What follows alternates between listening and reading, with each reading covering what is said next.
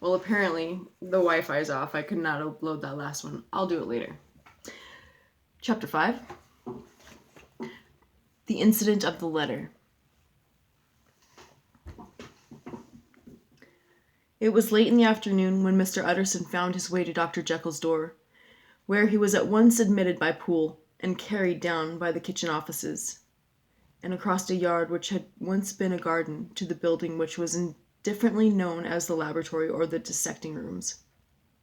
The doctor had brought the house from the heirs of a celebrated surgeon, and his own taste being rather chemical than anatomical, had changed the destination of the block at the bottom of the garden.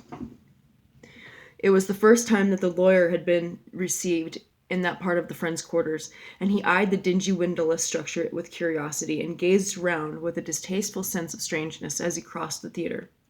Once crowded with eager students, and now lying gaunt and silent, the tables laden with chemical apparatus, the floor strewn with crates and littered with packing straw, and the light falling dimly through the foggy cupola.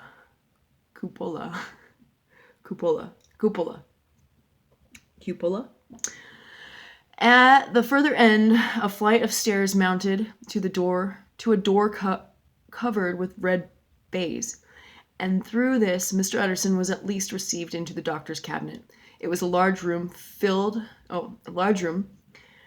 fitted round with glass presses, furnished, among other things, with a cheval glass and a business table, and looking out upon the court by 3 dusty windows barred with iron. The fire burned in the grate, a lamp was set lighted on the chimney shelf, for even in the houses the fog began to lie thickly, and there close up to the warmth sat Dr. Jekyll, looking deadly sick.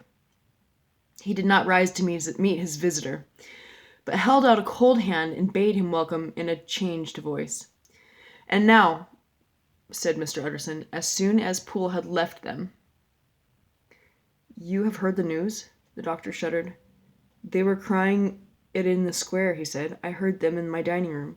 "One word," said the lawyer. "Carew was my client, but so are you, and I want to know what I am doing.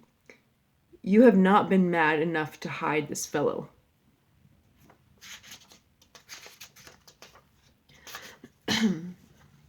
"Utterson, I swear to God," cried the doctor, "I swear to God I will never set eyes on him again. I bind my honor to you that I am done with him in this world. It is all at an end, and indeed he does not want my help. You do not know him as I do. He is safe. He is quite safe. Mark my words, he will never be heard of. He will never more be heard of." The lawyer listened gloomily. He did not like his friend's feverish manner. "You seem pretty sure of him," said he.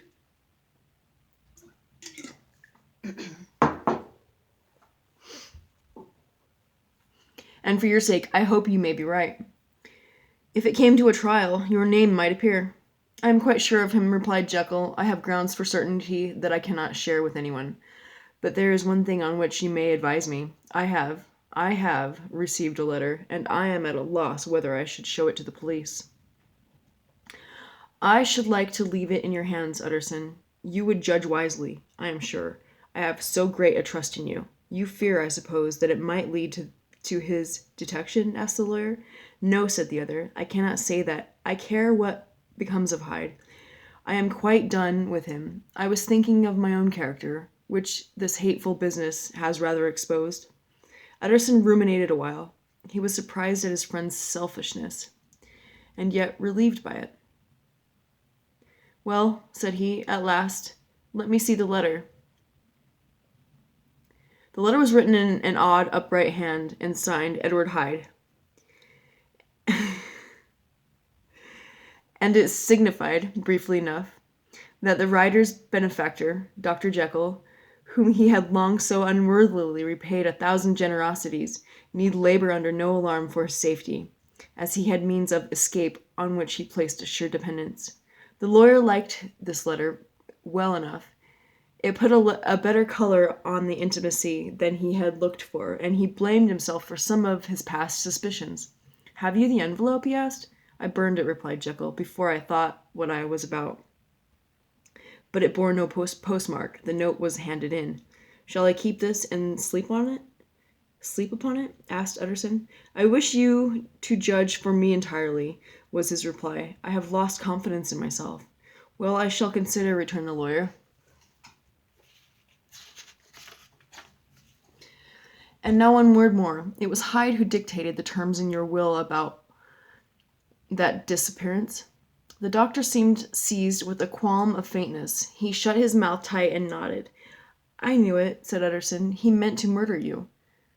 You have had a fine escape."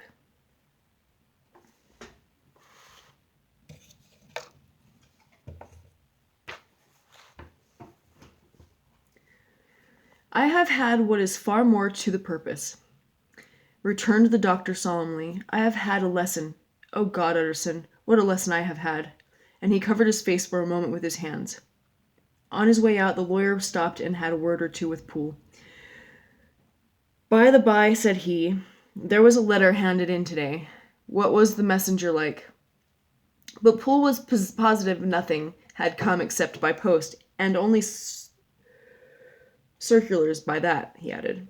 The news sent off the visitor with his fears renewed.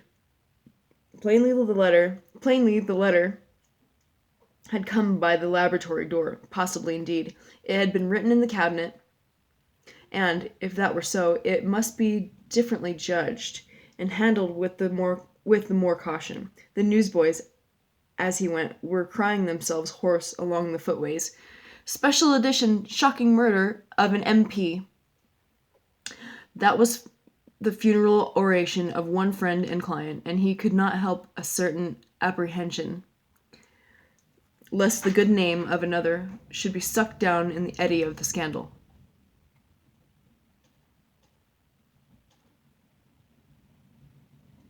It was, at least, a ticklish decision that he had to make, and, self-reliant as he was by habit, he began to cherish a longing for advice. It was not to be had directly, but perhaps, he thought, it might be fished for. Presently after, he sat on one side of his own hearth with Mr. Guest, his head clerk, upon the other, and midway between, at a nicely calculated distance from the fire, a bottle of a particular old wine that had long dwelt unsunned in the foundations of his house. The fog still slept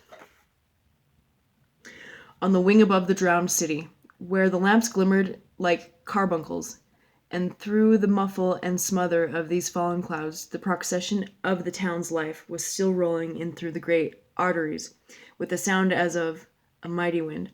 But the room was gay with firelight. In the bottle, the acids were long ago resolved. The imperial dye had softened with time, as the color grows richer in stained windows, and the glow of hot autumn afternoons on hillside vineyards was ready to be set free and to disperse the fogs of London. Insensibly the lawyer melted. There was no man from whom he kept fewer secrets than Mr. Guest, and he was not always sure that he kept as many as he meant. Guest had often been on business to the doctor's. He knew Poole. He could scarce have failed to hear of Mr. Hyde's familiarity about the house. He might draw conclusions. Was it not as well, then, that he should see a letter which put that mystery to rights, and, above all, since Guest, being a great student of and critic of handwriting, would consider the step natural and obliging. The clerk, besides, was a man of counsel. He would scarce read so strange a document without dropping a remark, and by that remark Mr. Utterson might shape his future course. "This is a sad business about Sir Danvers," he said. "Yes, sir, indeed." "It has elicited a great deal of public feeling," returned Guest. "The man, of course, was mad." "I should like to hear your views on that," replied Utterson. "I have a document here in his handwriting. It is between ourselves, for I scarce know what to do about it. It is an ugly business at the best. But there it is, quite in your way, a murderer's autograph." Guest's eyes brightened, and he sat down at once and studied it with passion. "No, sir," he said, Not mad, but it is an odd hand. It is an odd hand. And by all accounts, a very odd writer, added the lawyer.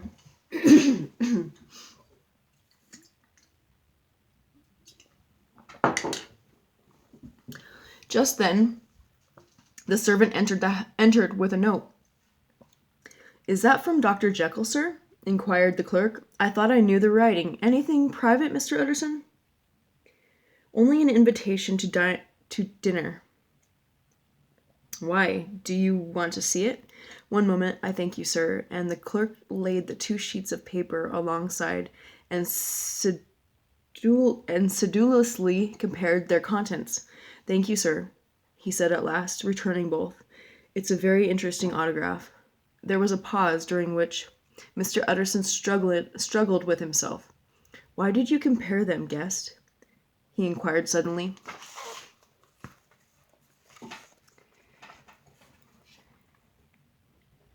There's a D right there at the end of that page.